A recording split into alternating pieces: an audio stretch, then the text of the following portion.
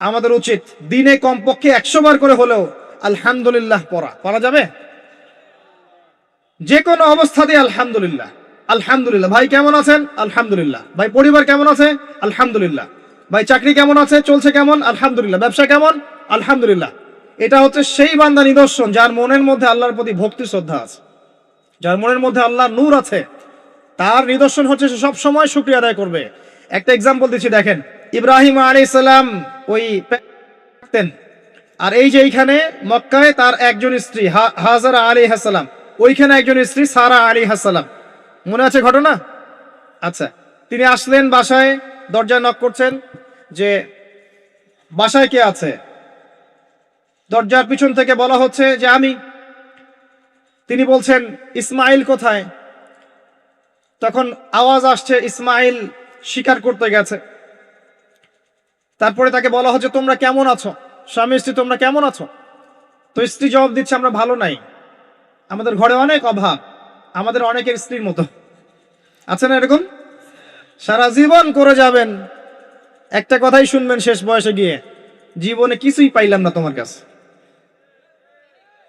নিজের মাথার ঘাম পায়ে ফেলে করতেই থাকবেন করতেই থাকবেন করতেই থাকবেন করতেই থাকবেন, কিন্তু আপনি শুনতেই থাকবেন কিছুই করলাম না, কিছুই পাইলাম না, কিছুই পাইলাম না।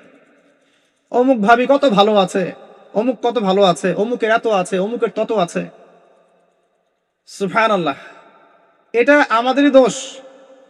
কারণ বিয়ে করার সময় যারা দিনদারিতা না দেখে শ্বশুরের সম্পত্তি দেখবেন, সৌন্দর্যকে বেশি প্রাধান্য দিবেন, নিজের হারাম প্রেমকে বেশি প্রাধান্য দিবেন, নিজের ওই বংশমর্যাদা ইত্যাদি ইত্যাদিকে বেশি প্রাধান্য দিবেন, তখন তো আফসোস করতেই হবে, কিছু করার নেই। এই জন্যই তো নবী সাল্লাল্লাহু আলাইহি ওয়াসাল্লাম বলেছেন যে দিনদার স্ত্রীদেরকে দেখে বিয়ে করো, যার মধ্যে দিনের বুঝ আছে, জ্ঞান আছে, একে দেখে বিয়ে করো। তবে এখানেও একটা বিষয় আপনাকে সতর্ক করতে চাই যে প্রত্যেকটা বোরখার পিছনেই সঠিক দিনদারিতা থাকে না। অতএব এটা দেখেও ধোঁকা খাওয়ার কিছু নাই। দিনদারিতা আল্লাহর সাথে বান্দার মনের ব্যাপার।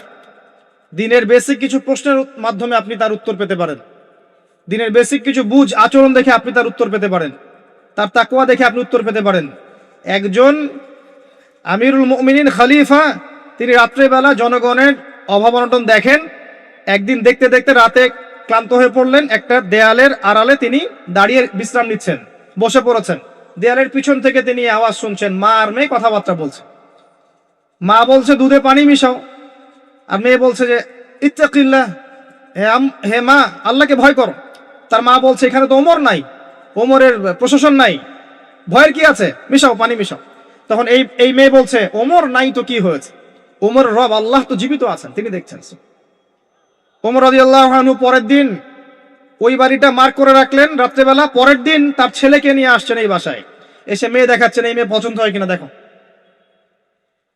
মেয়ে পছন্দ হয়ে গেছে। আমিরুল মুমিনিনের মানে রাষ্ট্রপ্রধানের ছেলের সাথে এই মেয়ের বিয়ে হয়ে গেল। দুধওয়ালি, দুধ ধোয়াচ্ছেন যেই মেয়ে। কি দেখে বিয়ে দিলেন? সৌন্দর্য দেখে? বংশমর্যাদা? শ্বশুরের টাকা? যৌতুক? এই কাজ যদি আমরা করতে না পারি, সংসারে শান্তি আসবে না, তখন কিছু করার থাকবে না ভাই। কারণ এই ফিতনায় একবার ঢুকে গেলে জীবনটা মেসাকার। এগুলো ডিল করতেই দিন দিন অনেক চলে যাবে। দিনের ফিকির পরে দেখবেন পরিবার সামলাতেই সময় শেষ, দিন শেষ। মানসিকভাবে যদি আপনি ফ্রেশ না থাকেন, ভালো না থাকেন, সাউন্ড না থাকেন, আপনি দিনের জন্য কিন্তু কিছু করতে পারবেন না। আর পরিবারে যদি নেককার স্ত্রী না থাকে, আপনি মানসিকভাবে ভালো থাকবেন না, ভালো থাকবেন না। এটা প্র্যাকটিক্যাল কথা। তো ওই যে স্ত্রী বলছে আমরা ভালো নাই, ইসমাইল শিকার করতে গেছে, আমরা ভালো নাই, একবেলা খাই একবেলা খেতে পারি না, ভালো নাই। ইব্রাহিম আলাইহিস সালাম বলছেন ঠিক আছে, ইসমাইল বাসায় আসলে ওকে বলো যে তার বাবা এসেছিল, আর তাকে বলো যে ঘরের চৌকাঠটা যেন পরিবর্তন করে। কথা কি বুঝতে পারছেন? ইসমাইল আলাইহিস সালাম আসলেন, একজন বৃদ্ধা লোক এসেছিল বাসায়, তোমার বাবা পরিচয় দিয়েছে। কি বলেছে? বলেছে যে ঘরের দরজা যেন পরিবর্তন করি। তখন তিনি বলছেন তুমি কি এমন বলেছিলে যার কারণে এই কথাটা বলেছে? তো তিনি বলছেন আমি বলেছি আমরা ভালো নাই, আমরা অভাবে আছি, তুমি শিকারে গেছো ইত্যাদি। তখন তিনি বলছেন তুমি ভুল করেছো, তিনি আমার বাবা ছিলেন, তিনি একজন নবী, তিনি ইনডাইরেক্টলি আমাকে বলেছেন আমি যেন তোমাকে তালাক দেই। এক কথায় তালাক হতে পারে? দিনদারিতা না থাকলে তালাক দেয়া যায়? যদি ধৈর্য ধরতে ধরতে ধরতে ধরতে আপনি অতিষ্ঠ হয়ে যান, দিনের ব্যাপারে আর কম্প্রোমাইজ করতে পারেন না, সেক্ষেত্রে তালাক একটা অপশন আছে। এটা খারাপ নয়, যদিও এটা মন্দের ভালো একটা অপশন, কিন্তু সবর করতে উৎসাহিত করা হয়েছে। সবর করতে করতে করতে করতে যদি ভিতরটা পরিবর্তন না হয়, এরকম আল্লাহর প্রতি অকৃতজ্ঞ মানুষকে নিয়ে আপনি সারা জীবন চলতে পারবেন না। এবং দিনের পথে চলতে গিয়ে যারা প্রতিবন্ধকতা স্বীকার করে, তাদেরকে নিয়ে আপনি আল্লাহর পথে দাওয়াত এবং মুজাহাদার মেহনত করতে পারবেন না। এই চ্যানেলের ভিডিওগুলো শুধুই প্রচারের জন্য। যদি কোনো আলেম শিরক বা বেদাতি কোনো আমলের কথা বলে এবং সেটা যদি সহিহ হাদিস দ্বারা প্রমাণিত না হয়, তাহলে সেটার দায় সম্পূর্ণ ওই আলেমের। আর আপনারাও আমল করার আগে আগে যাচাই করে নেবেন, অন্যথা প্রপার চ্যানেল এটাতে কোনো দায়ভুক্ত থাকবে না। এই জায়গায় গিয়ে অনেক সময় এক্সট্রিম ডিসিশন নিতে হতে পারে, এটা ইসলাম কিন্তু অপশন রেখেছে আপনার জন্য। আমি উৎসাহিত করছি না, অপশন রেখেছে। এরপরে আবার তিনি আসলেন অনেক বছর পর, এসে আবার নক করলেন যে আসসালামু আলাইকুম। ওয়ালাইকুম সালাম। ইসমাইল কোথায়? শিকার করতে গেছে। তোমরা কেমন আছো? আলহামদুলিল্লাহ, আমরা অনেক ভালো আছি। ঠিক আছে, ইসমাইল বাসায় আসলে তাকে বলো ঘরের চৌকাঠটা যেন যত্ন করে আদর করে মহব্বত করে রাখে। কথা বুঝতে পারছেন? এবার ইসমাইল আলাইহিস সালাম আসলেন বাসায়, তার স্ত্রী জিজ্ঞাসা করছে, একজন বৃদ্ধা এসেছিলেন, তোমার বাবা পরিচয় দিয়েছেন, কি বলেছে? বলেছে আমি যেন ঘরের চৌকাঠটা তুমি যেন অটুট রাখো, বহাল রাখো। তুমি কি বলেছো? আমি বলেছি আমরা অনেক ভালো আছি। তখন তিনি বলছেন, আমার বাবা তোমাকে অনেক পছন্দ করেছেন এবং তোমাকে নিয়ে আমাকে সংসার করতে বলেছে। এই হলো অবস্থা। শুকরিয়া আদায় যারা করতে পারবে না, তাদেরকে নিয়ে চলা মুশকিল। লোকমান হাকিম, যাকে প্রজ্ঞা দেয়া হয়েছে, তাকেও আল্লাহ পাক আদেশ করছেন তুমি আল্লাহর শুকরিয়া আদায় করো। যে ব্যক্তি আল্লাহর শুকরিয়া আদায় করে, কৃতজ্ঞতা প্রকাশ করে, যে কোনো হালতেই বলতে পারে আল্লাহ আলহামদুলিল্লাহ আমি ভালো আছি। এবং আল্লাহ রাসূল সাল্লাল্লাহু আলাইহি ওয়াসাল্লাম বলেছেন, কখনো উঁচু স্তরের লোকদের দিকে তাকাবে না।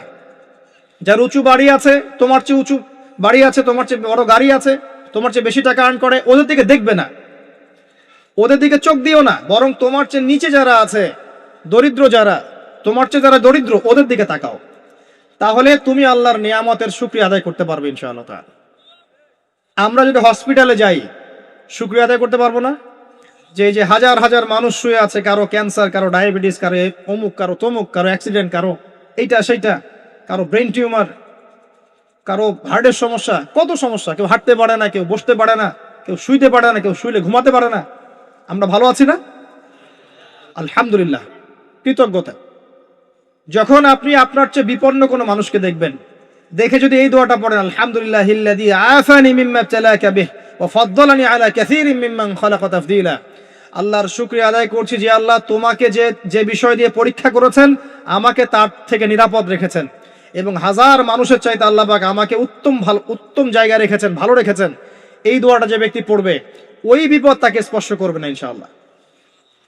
এভাবে আপনি আল্লাহর শুকরিয়া আদায় করতে পারেন। আর আল্লাহ পাকের শুকরিয়া আদায় করার সবচাইতে বড় নিদর্শন হচ্ছে আপনি আল্লাহর আদেশ নিষেধ মেনে চলছেন কিনা। যে ব্যক্তি আল্লাহর আদেশ এবং নিষেধকে মেনে চলছে, এ ব্যক্তি প্রকৃতপক্ষে আল্লাহ শুকরিয়া আদায় করছে, তাই নয় কি? খালি মুখে যদি বলি আমি আল্লাহ শুকরিয়া আদায় করি, নামাজ নাই, সওম নাই, যাকাত নাই, কিচ্ছু নাই, মুখে মুখে বলছি আমি আল্লাহকে অনেক ভালোবাসি, এই ভালোবাসার দাম আছে? আল্লাহ পাক কি বলেছেন? যে তোমরা যদি আল্লাহর ভালোবাসা পেতে চাও, কুল ইন কুনতুম তুহিব্বুনাল্লাহ ফাত্তাবিউনি, আমার অনুসরণ করো। কার অনুসরণ? মুহাম্মদ সাল্লাল্লাহু আলাইহি ওয়াসাল্লামের অনুসরণ করো, তার সুন্নাহ মাফিক জীবন করো। ইনশাআল্লাহ আল্লাহ পাক তোমাদেরকে মাফ করে দিবেন, আল্লাহ তোমাদেরকে ভালোবাসবেন ইনশাআল্লাহ। লুকমান আলাইহিস সালামকে আমি আলাইহিস সালাম বলছি এই অর্থে তার উপর শান্তি বর্ষিত হোক, এই অর্থে বলছি। এরপর পরের আয়াতে লুকমান আলাইহিস সালাম, লুকমান হাকিম, তিনি বলছেন ওয়াইজ ক্বালা লুকমান লিবনিহি, তার সাথে তার সন্তানের একটা কনভারসেশন হচ্ছে। এটা ভালো করে শোনেন, তার সাথে তার সন্তানের একটা কনভারসেশন হচ্ছে। তিনি তার সন্তানকে কিছু নসিহত করছেন, ওয়াজ করছেন।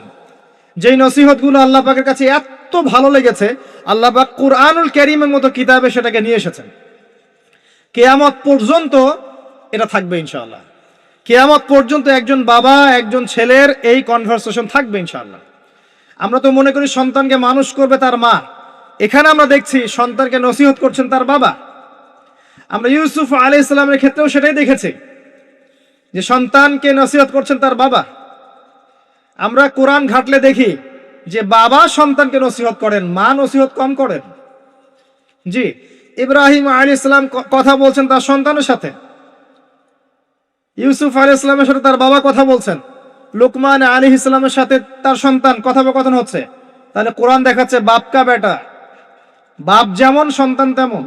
বাপ হবে সন্তানের রিয়েল গার্ডিয়ান, মা তাকে মানুষ করবে, ইলম প্রজ্ঞা বাস্তবতা শেখাবে কে?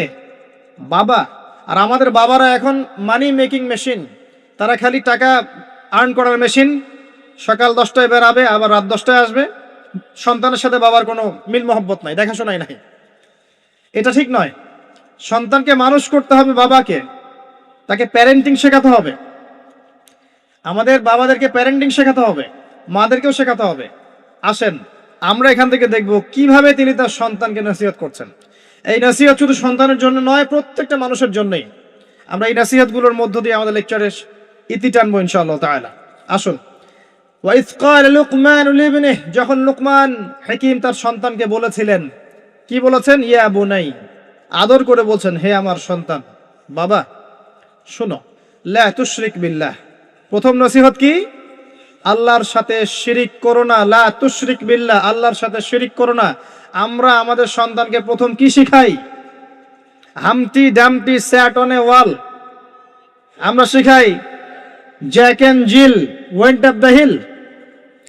আমরা শিখেছি জ্যাক একটা ছেলের নাম, জিল একটা মেয়ের নাম, ওয়েন্ট আপ দ্য হিল আপনাদের পাহাড়ে চলে গেল, ওই বান্দরবনের পাহাড়ের কোনায় চলে গেল একটা ছেলে একটা মেয়ে। তারপর কোনায় গিয়ে কি করলো সেটা আপনারাই বোঝেন। তা আমরা ছোটবেলা থেকে বাচ্চাকে শিখাই Jack and Jill went up the hill. কি বুঝলেন? প্রত্যেকটা ক্ষেত্রে সমস্যা।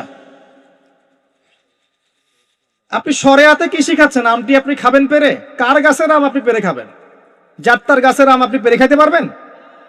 শুরুতে অজগর আসছে তেরে, সন্তানকে ভয় দেখে, অজগর তেরে আসছে। ওই বাচ্চা অজগরের কি বোঝে? শরিয়তে অজগর আসছে তেরে, ভয়, আগে ভয় শেখানো হচ্ছে। শরিয়তে অজগর আসছে তেরে, ভয়, আপনি ভয় পাচ্ছেন, বাচ্চা ভয় পাচ্ছে। রাত্রে ঘুমের স্বপ্ন দেখবে অজগর তেরে আসছে। হ্যাঁ, আপনি বাচ্চার সাথে যে কথোপকথনগুলো করবেন রাত্রে, সেগুলো সে স্বপ্ন দেখতে পারে।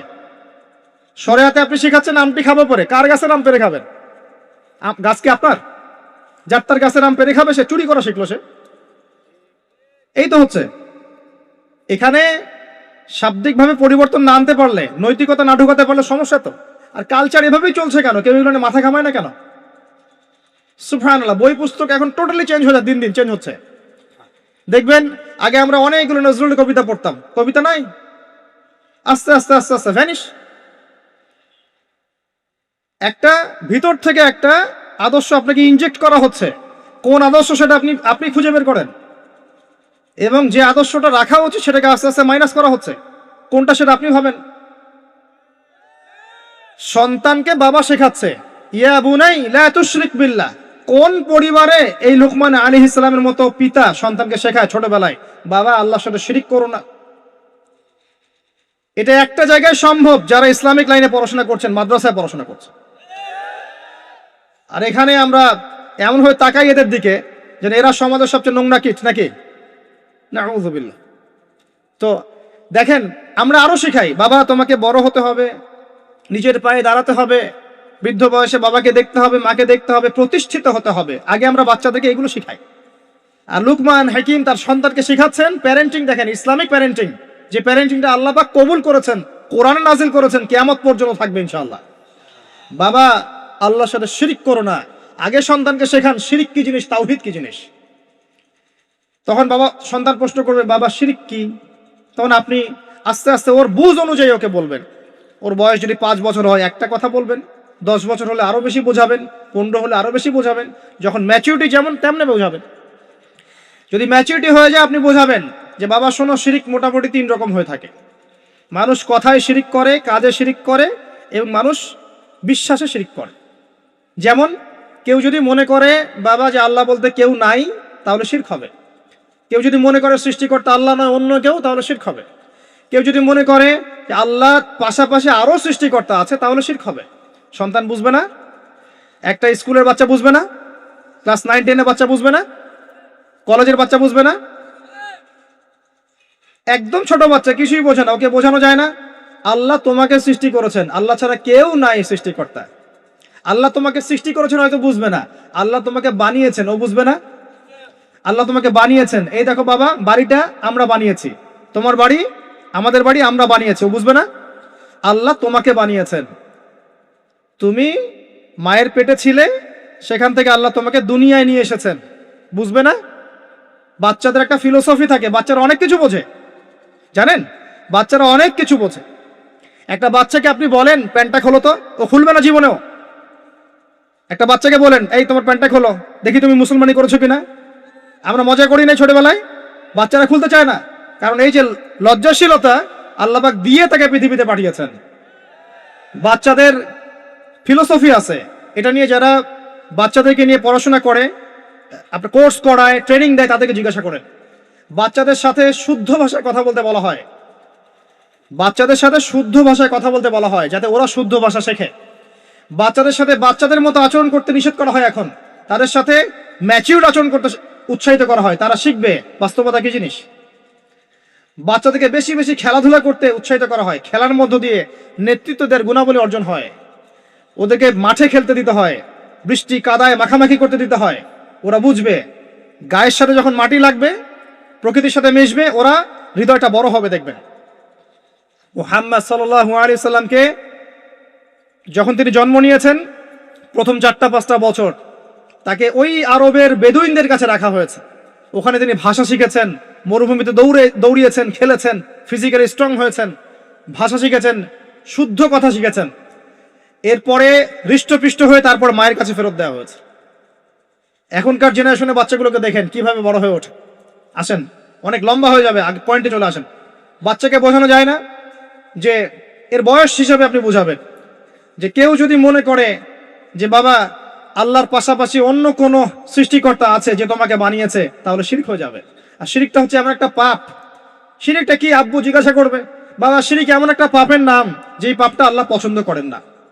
এটা একটা খারাপ জিনিস, পাপ হয়তো বুঝবে না। শিরক একটা কি জিনিস? খারাপ জিনিস। শিরক খারাপ। তোমাকে আমি আদর করছি আব্বু, এটা ভালো না? বলবে হ্যাঁ ভালো। তোমাকে যদি একটা থাপ্পড় দিই, খারাপ না? যে হ্যাঁ খারাপ। শিরক একটা খারাপ জিনিস, বাচ্চাকে বোঝানো যাবে না। বোঝাতে গেলে পারলে সবকিছু বোঝানো সম্ভব।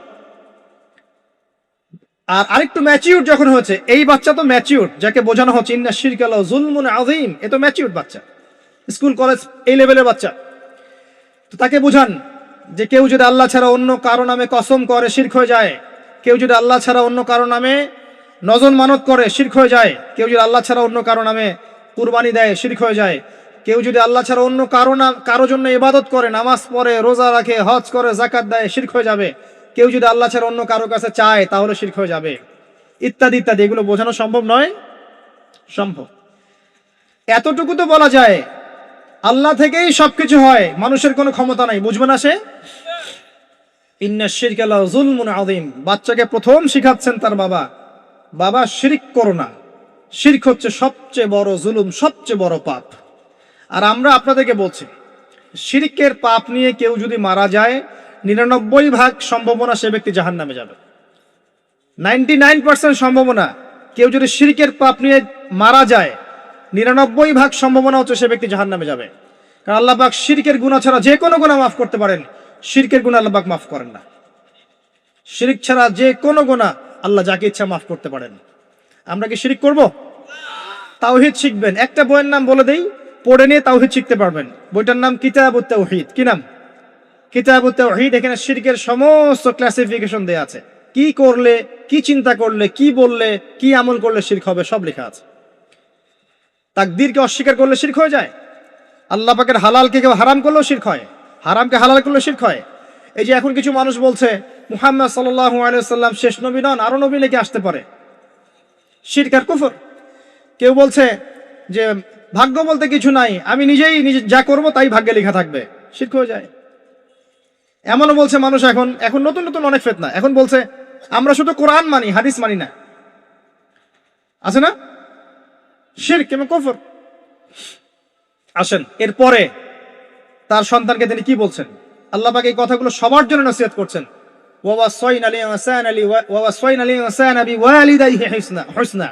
এরপর আল্লাহ পাক বলছেন মানুষকে আদেশ করা হচ্ছে যেন মানুষ তার পিতা মাতার সাথে সুন্দর আচরণ করে।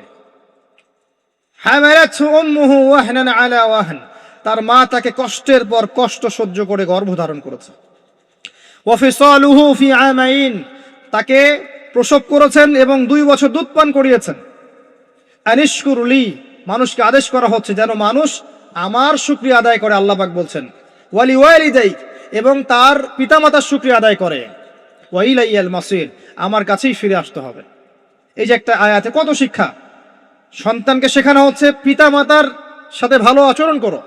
সন্তানকে ছোটবেলা থেকে যদি শেখানো যায় যে পিতামাতা কি জিনিস, ওই সন্তানকে বড় হয়ে বৃদ্ধাশ্রমে বাবা মাকে পাঠাবে?